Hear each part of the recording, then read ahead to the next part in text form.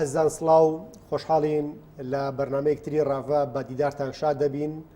تەوەری بەرنمەکەمان قسەکردنە بێ لەسەر دۆخی ناوچە کوردستانیەکان و بڕیاری هەڵبژاردننی ئەنجومی پارێزگاکان لە ناوەڕاست و باشووری عێراق هاوکات لەگەڵ کەرکووک و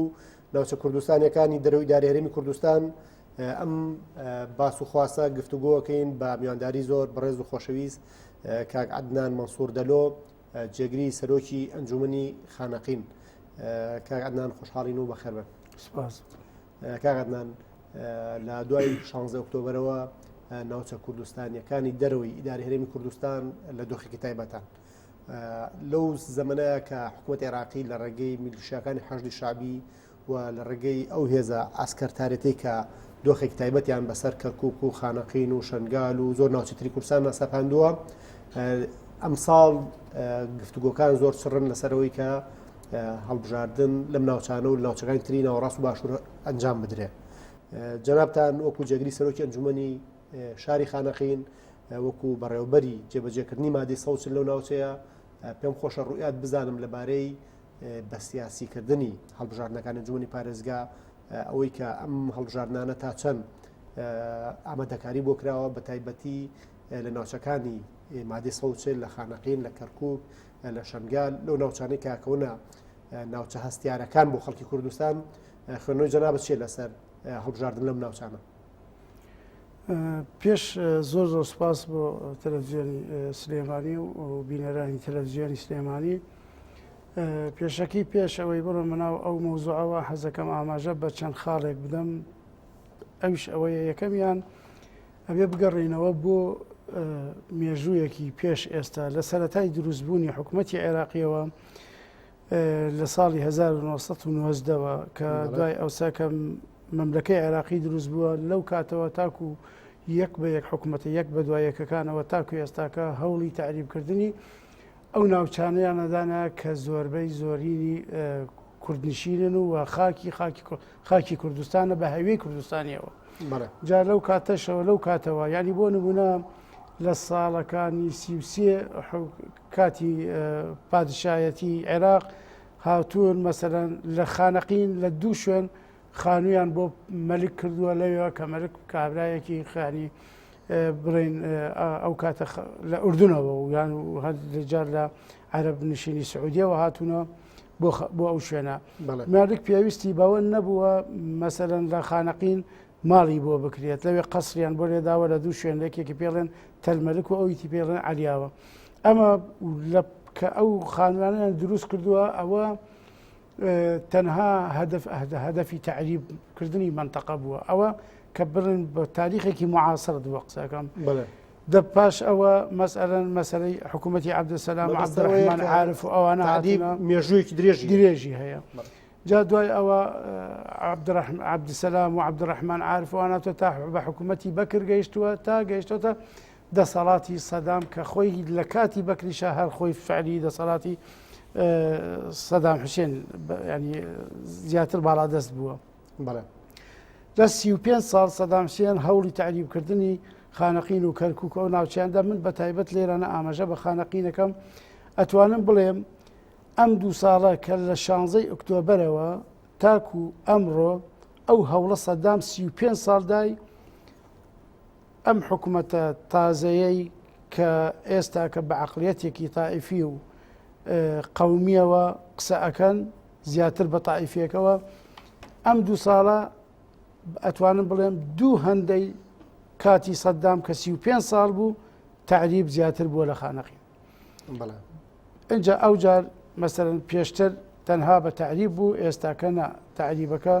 زیادی کردووە بۆ ئەوەی مەسئلەیەکی یان یەک سراعێکی تائیفی زیاتر بخرێتە ناو خانەقینەوە و هەرچەند خەڵکی خانەقین زۆر زۆر هوشیارترن و تێگەیشتووترن لە وەزعەکە بە هیچ کەسێک ناتوانن ئەو مەسئلە تائیفیە زیندوو بکەن لە خانەقی چونکو خەڵکی خانەقین بە عەرەب و کورد و تورکمانیەوە بە شیعە و سونەیەوە هەر هەمویان بڕوای تەواویان بە کوردستانیەتی شاری خانەقین هەیە و هەر هەمویانش ناوی خانەقینیان ناوە خانەقین بوو کە جوانەکەی کوردستانە. بەڵام لێرەدا ئەمان ئەوان بە بەرنمەیەکی تۆکمە ئەتوانم بڵێم دەستی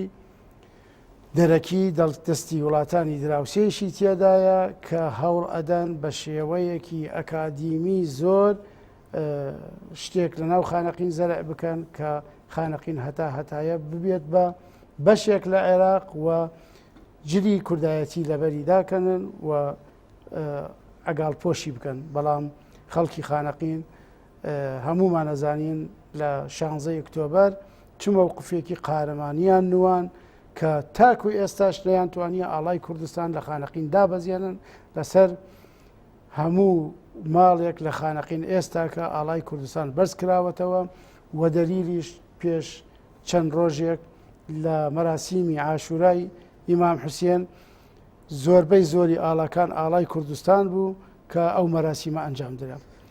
کاغدان باسی ئەوت کە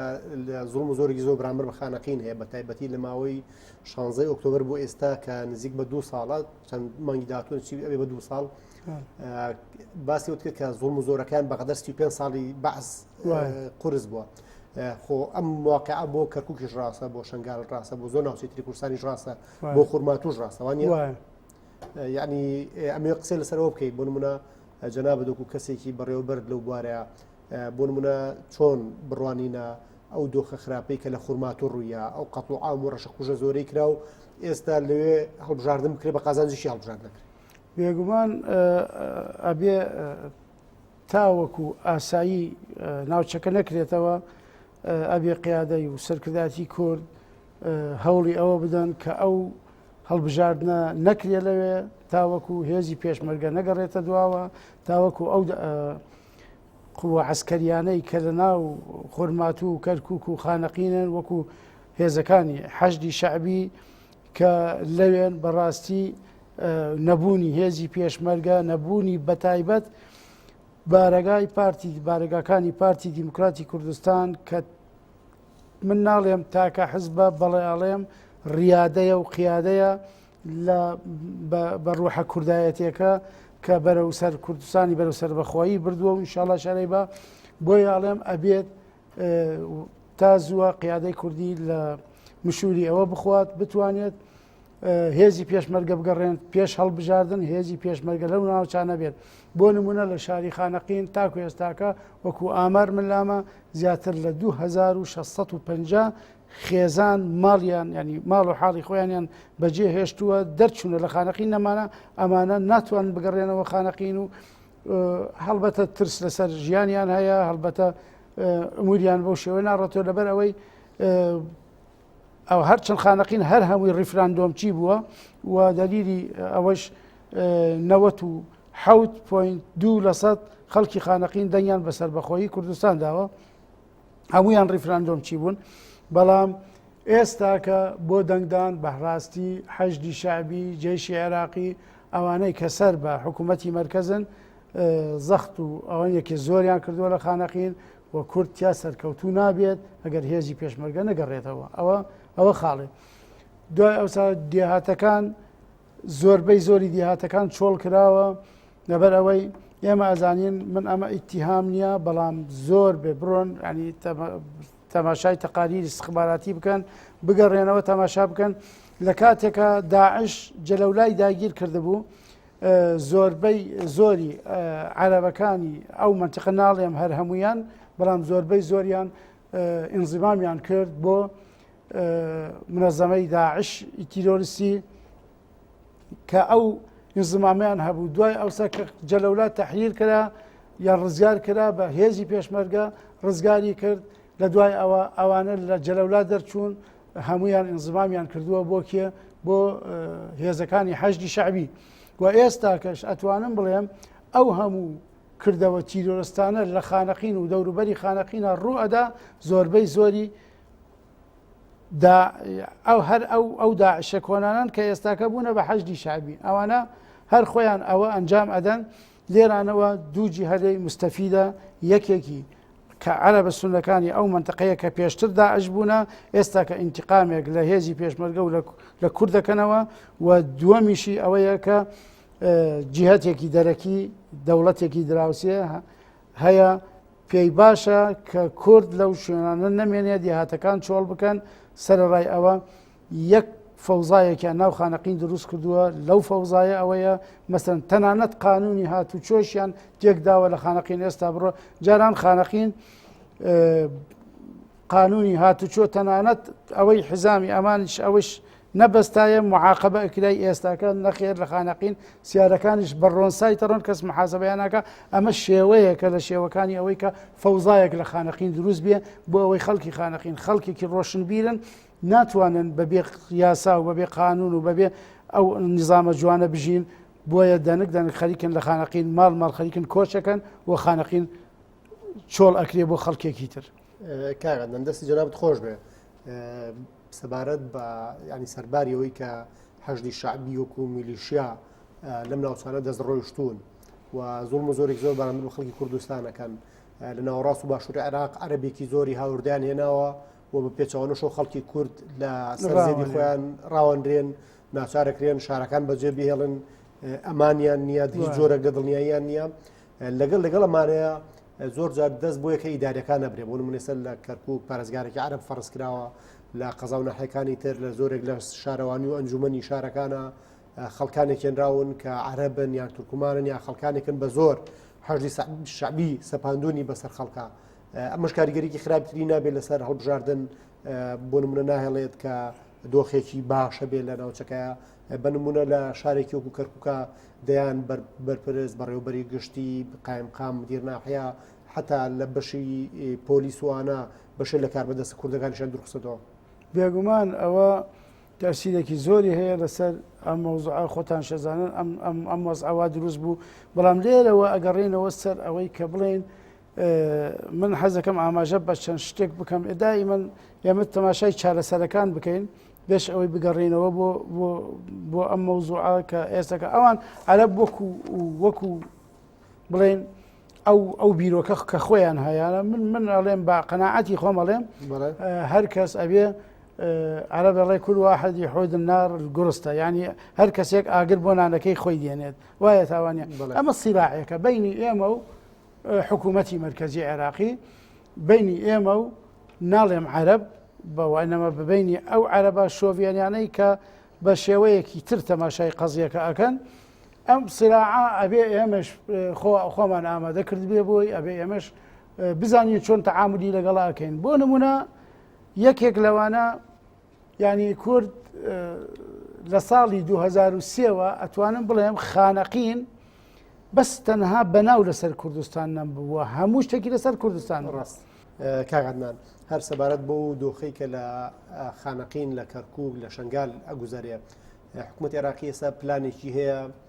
کە پێویستە پلانێکی ئیقلیمی بێت و دەوڵەتان تریش سەفەرشتی بکەن پاڵپشتی بکەن یان داڕێژەری ئەم جۆرە پیلان نەبن ئەوژەوەیە کە لە کاتی ئێستا ئەیەنەوێت سەرژمێری لە عێراق بکرێ لە کاتێکا بۆ نمونە لە ساڵی 2005-2006ەوە لە بەبی دەستوری عێراق داوای ئەوە کراوە کە سەرژمێری بکرێ بەڵام بەردەوام ساڵانە دواخراوە بەناوی ئەوەی کە عێراق استیقرارەتی باش نییە بەناوی ئەمنیەت باش نییە بەناوی عێراق ئامادەیی نییە حکوومەت لە توانایە نییە بەڵامایانی بۆ ساڵی 2020 سەرژمێری بکەن لە کوردستان کە پێچێ بەشێکی گەورەی ئەم پیلانە پیلانێکی سیاسیانەی کوشندە بێ بۆ کورد بە تایبەتی بۆ ئەوەی کە جارێکی تر لە سەرژمێری کەرکووک خانەقین شنگال هەوڵ بن زۆرینەیەکی عەرەب بەسەر زۆرینەی کووردا بسەپێنن و سوود لەو دۆخە ببینن کە ئێستا ژمارێکی زۆری خەڵکی کەرکووک خانەقین ئاوەڕی ناوچە کوردستانیەکان بوون لە سلێمانی و هەولێر و ژمارێکی زۆر عەرەبیان هێناوە و لە ژێر سوڵتەی بەرپرسانی عەرەبا و لە ژێر سوڵتەی حەشدی شعبیە سەرژمێرێک بەرن بەڕێوە کە سەرنجام لە قازانجی عەرەب و عروبە و تعریب لەو ناوچانە بیشکێنەوە و لە زەرێری خەڵکی کوردستان و بیکەن بە میساقێکی ڕسمیش بۆی کە ئەمە سەرژمێریە و دووەرگرتنی داتا و زانیاریە و بە شێوەیەکی زانستی ژەنگە وا بڵێن کە لە سەرنجام بڵێن کە ئەمە شتێکی زانستی و شتێکی تەکنیکیە و لە قازانجی خەڵکی کوردستان و عێراق کراوە خوێندنەوەی جەنابەت چییە بۆی کە هەر شتێک لە ناوچەکانی مادی سەوسل ڕووبات هەوڵە درێت دیوێکی سیاسی دیوێکی پیلان ئامێزی هەبێت ئەمە بێگومان ئێمە کە باس ئاماژەت بەوە کرد کە پێشتر کورد زۆر هەوڵیدا ئەو مەسەلەی سەرژمێری بکرێت کەچی ئەویان نەئەکرد بە زۆر جار بە حجەی ئەوەی کە میزانی عێراق بەشی ئەوە ناکە کەوانە ئێستا کە تۆ تەماشا بکە لە عێراق ئێستاکە زیاتر لە 140 تا 150 ملیار ئێمە بەس قەرزاری عێراق بەس قەرزاری بانکی نێودەوڵەتیە جگە لەو وەزع ئابوووریە خراپەیش بەسەر عێراقا هاتووە کەچی ئێستاکە ئامادەن بۆ ئەوەی ئەم سەرژمێریە ئەنجام بدەن ئەمە خاڵی یەکەمی ئەوەیە کە ئێستاکە ئەوان گەین بەوەی کە بەو بەرنامە ڕێژیە لە ماوەی ئەم 14 ساڵ و 15 ساڵی ڕابردووە بەرنمەیان بۆ داڕێشتە بوو ئێستاکە گەیشتن بەوەی کە ئێستاکە کاتی ئەوەیە فعلەن سەرژمێری بکەن بۆ ئەوەی تاکو بتوانن تاوێکی تر هەر نەبێ بەشێک لەوەی کە خاکی کوردستانە خەڵکەکەی بە عەرەب بکەن هەرچەند خاکەکە نابێت بە خاکی عەرەبی ئەوە دڵنیابە تعریبێکی تر تعریبێکی دروست بکەن جا دوو من هەردێمەوە سەر ئاماژەکردن بەو خاڵانەی کە باسم لێوە کرد ئەمە یەکێک مەسەرەن یەکێک لەوانەی کە پێش ئەوەی مەسەرەن ئەم ئەحسایە بکرێت یان ئەم ئامارە بکرێ پێش ئەوە ئێمە ئەبوایە مەسەرەن لە 2007 مادەی 140 جێبەجێ بکرابایە ئەم مادەیە کە جێبەجێ نەکرا ئەبێ بگەڕێن بە دوای ئەسبابەکان ئاسیسبابی چی بووە تۆ من حەمزەکەم ئاماژە بە یەک خاڵێ بکەم باسی نەتەوەی گرتۆکان نەکرێت دائیمەن لە هەموو شتێک ئێمەش وەکو کورد پشت بەیەک نەتەوەی گردۆکانە بکەین لە واقعە ئێمە ئەکادیمیەک کەسێکی شارەزامان نەبووە مەسەن باسی ئەوە بکرێت کە نەتەوەی گردۆکان تەمسیلی کورد بە هیچ شێوەیە ناکەن بۆ نمونە ئێمە نوێنەرمان هەیە لە نەتەوەی گرتۆکان نیمانە ئەتوە بای بڵێ وڵاتە یەکگرتوەکان ناوەکە هەر خۆی لە خۆی ئەتوان ناوی بنی وڵاتە یەکگرتوەکان نەک ناوی بنینەتەوە یەکگرتوەکان لەبەرەوەی مەسەڵەن تۆی سەگ ئامەزیغیەکان هیچ نوێنەرێکیان لە ئومە متحیدە نییە کورد نوێنەری نییە تەمام تانە ئازەریەکان نوێنەریان نییە زۆر کەس زۆر ملەتان تر هەیە کە خاکیان داگیر کراوە کە هەوڵی توێنەوەی هەوییان دراوە نین لە نەتەوە یەکگرتوان ئێتر تو چۆن بە لەسەر ئەساسی ئەوەی دیمستۆرا هات داوای کرد 6 مانگتر دوا بخرێ ئەو 6 مانگە قابل بێ بۆ تەجدیدکردن ئەمە یەکێک لە هەڵە گەورەکانی کورد بووە کە مادەی 140 جێبەجێ نەکراوە کە جێبەجێ بکرێ جگەلەوە ئەگەر تۆ شکاتێکە تەقدیم بکردایە کاتی خۆی لە مەحکەمە ئیتیحادی ئەو خوێنە لە دووز و خانەقین و کەرکووک ڕژا ئەبوایە عیبادی تاوانبار پێی بکرێ بۆ تورکو لە دەسەڵاتی ئەو مالکیش لە ئەو سێ دەورەیە کە دوو دەورەی مالکی و دەورەیەکی عیبادی کە جێبەجێ نەکرا معنایەوەتە وەکو ئەوەیە تۆ بتەوێ بینایەک دروست بکەی بیناکە ئەساسەکەی هەش بێ بڕوخێ خەڵکی تیا بمرێ جا خەڵکە کوژران لە ئەحداسی 16 ئۆکتۆبەر ئەگەڕێتەوە بۆ کوێ ئەگەڕێتەوە بۆی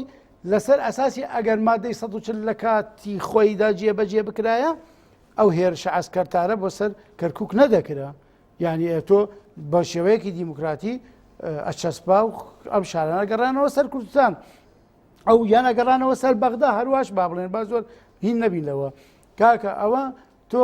یەکێک لە تاوانەکان کرا دوو ئێمە لە مادەی 140 کاتی خۆی من لەو لێژنەیە کە هەمویان متفق بوون لەوە سەر ئەوەی کە مادەی 140 بە سێ قۆناغا تێپەڕ بێ قۆناغی یەکەم ئاساییکردنەوە قۆناغی دووەم سەرژمێری قۆناغی سیەم ڕاپرسی بکرێت باشە من وتم بۆ ینی ئەم قۆناغی چکە ئەوان یەکێک ئەوەی کە بەغدا کە بە پیلاندا ڕێژرا و بۆیان هاتبوو یەکەمیان وتیان ئەگەر قۆناغ تەواو نەبێ قۆناغی یەک نابێ بڕۆیتە قۆناغی دووە ئەوە یەکێک لە هەدەفەکان ئەمەش بۆ کوشتنی کات لەکێک لەوانە ئاڵێ چی وەڵاهی کورد ئەمە قۆناغی یەکەم هەتا یەک کەس ما بێت تەعویزی وەرنەگرت بێت ئەوە معناتە تەطبیق نەکراوە باشە لەسەر ڕای ئەوە کاتێک لەولاشۆ بجێ بۆ تەرخان ناکەن 271 ملیاریان تەرخان کرده بوو بۆ سێ نووسینگە شنگال کەرکووک خانەقین دەچوون چیان کرد 14 نووسینگەی تریانش لە جنوب وەسەد کردەوە بە هەمان بودجە کورد لەوە ئەترازی نەکرد ئەمە یەکێکە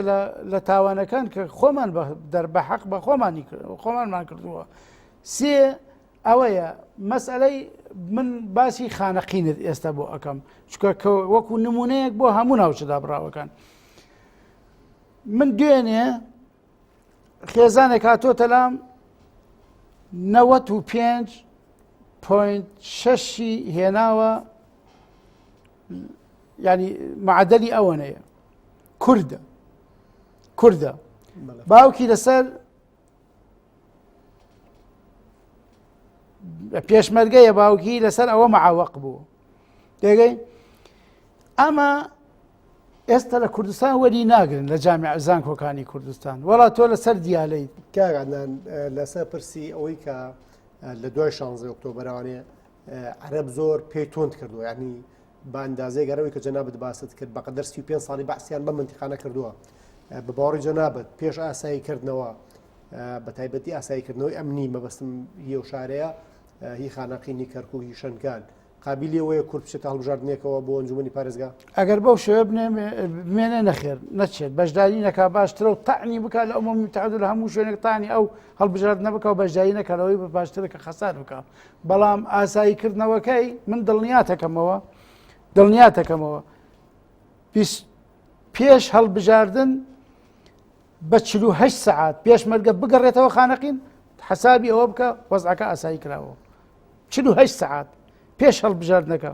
هێزی پێشمەرگە بەستەنها هێزی پێشمەرگە بە ئاڵای کوردستانەوە چووە ناو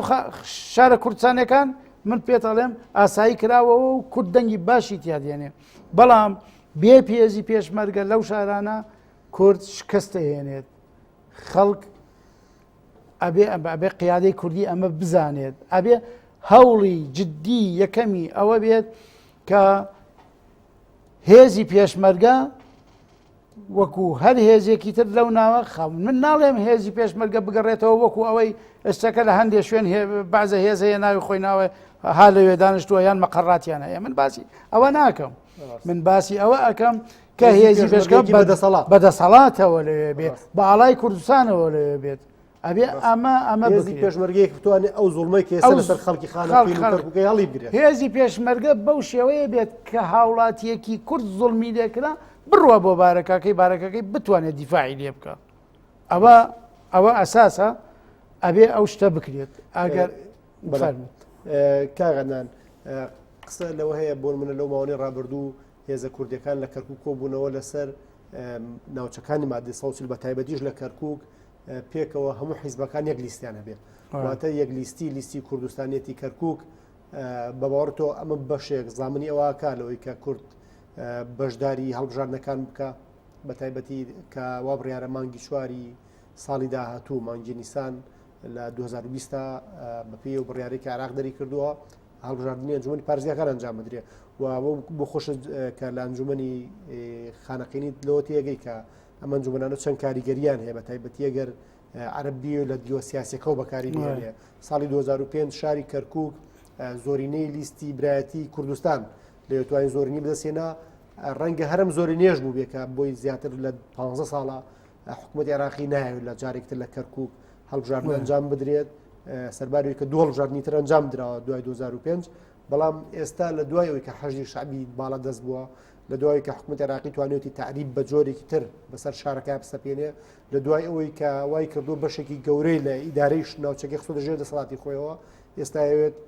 هەڵبژاردننی ئەنجومەنی پارێزگای تیا بکرێت ئەم یەک لیستیەی هێزە کوردیەکان تا چەند زامنی بردنەوەی کوردەکات یان کوردستانی بوونی کەرکووکەکان من پێم وایە یەکەم شت هەر یەکگرتنەوە و هەر بڵێن خوێندنەوەیەکی کوردی بە یەکبوونەوە بڕاتە پێشەوە ئەوە لە قازانجی کووردە هەر تێکدانێکی ناوماڵی کوردی هەر حزبێکی دوورکەوتنەوەی لە یەک قایمەیی یەک لیستی ئەمە زەرەر بە کووردە ئەگەر خەڵکێکیش بە قازانجی خۆی بزانێ تا چەند ئەو یەک لیستیە کارێکی باشە لەوەی کە زۆر باشە ئەوە زۆر باشە بەڵام بەبێ هێزی پێشمەرگە بەبێ ئاساییکردنەوە وەڵاهی نەکەر ئەوە هەموو حزبەکان و 15 حزبی تریش بخەسەرین کوردستانی حزبەکانی ڕۆژهەڵات و ڕۆژئاوا و باکووریش بێنە بیخەسەری بە یەکگرتنەوە بەبێ گەڕانەوەی هێزی پێشمەرگە فەشەل دێنین لەوێ بەڵام پێت ئەڵێم بە هەر چەند قایمەشدا بەزن بە یەک قایمەدا بەزن ئەگەر 4 حزبیش بێت بەڵام هێزی پێشمەرگە وجودی بێ لە کەرکووکە وەڵاهی سەرکەوتووە بێت. کاکەندەن دەست خۆش ببەر کۆتایی بەرنامەکە چین ئەگەر لە یەک دقەیە قسەیەکمان بۆ بکەی لەبارەی ئەوەی کە پشتیوانی خەڵک بە تایبەتی ڕەنگە خەڵک بەشێ لە خەڵک لەو کەرکووک لە خانەقین هەندوو ناوچە جۆرێک لە سارد بوونەوە و دەردۆن جوانەی بۆ دروست بوو بێ ئەگەر هەڵبژاردن کرا و هێزە کوردستانەکان بەشدار بوون و کەرکوو بەرەوە ئاسایی بوونەوە چوو تا چەند گرنگات کە خەڵک پشتیوانی ئەم هێزانە بێت وە بتوانێت بۆ من لەسەر سندوقانی دەنگدان جارێکی تر بە دەنگکانیان کوردستانی بوونی کەرکووک سەلمێنەوە. من حەزەکەم ئاماژە بە پەرا بە زوو ئاماژە بە یەکشت بکەم کاتی خۆی پیاوێک لە دیەکەی ئەمە لە خانەقین لەسەر کوردایەتی پارتی بوون لەسەر پارتی بوون گیرا ئیتر گیرا حاکمەکە محکەمەیە کرد لەگەڵ ئەو عەرەبی نەزانی پێی وت بە متەرجمەکە وتی پێی بڵێ با واز لەو هینە بێنێ لەو پارتی و کوردایەتی ئەوانە واز بێنێ تا حکم نەدرێ وتی چیڵێ وتی ئەڵێ با واز بێنێ لەوە کوردایەتی و لە پارتی بوون وتی پێی بڵێ لە مێشکمایە دەر ناچێ لە مێشکمایە جا ئێستاش من ئەڵێم خەڵکی خانەقین نەک هەر لە مێشک لە خوێنیانایە کوردایەتی دڵنیا بن یەک ئاڵای کوردستان بە یەک پێشمەرگەوە بڕواتە ناو شاری خانەقین ورەی ئەبێت ملیۆن لە سەد نەک یەک لە سەد. من ئاڵێم قیادەی کوردی سەرکردایەتی کورد حکومەتی هەرێمی کوردستان با یەکەم هەوڵتان تەنها گەڕانەوەی پێشمەرگە بێ بۆ ئەو شوێنانە. بەڕێز کاک عەدنان مەنسوور دەلۆ جێگری سەرۆکی ئەنجومەنی شاری خانەقین زۆر خۆشحاڵ بوون کە لە بەرنامەی ڕاڤاما دەبوویت. سپاس جەنابتان بۆ تەلەڤیزیۆنەکان دەستی خۆش و زۆر سپاس. ئەزان بەم جۆراتی نە کۆتایی بەرنامەی ڕاڤا تا دیدار بەخواتان ئەسپێرین و خواتان لەگەڵ بێ.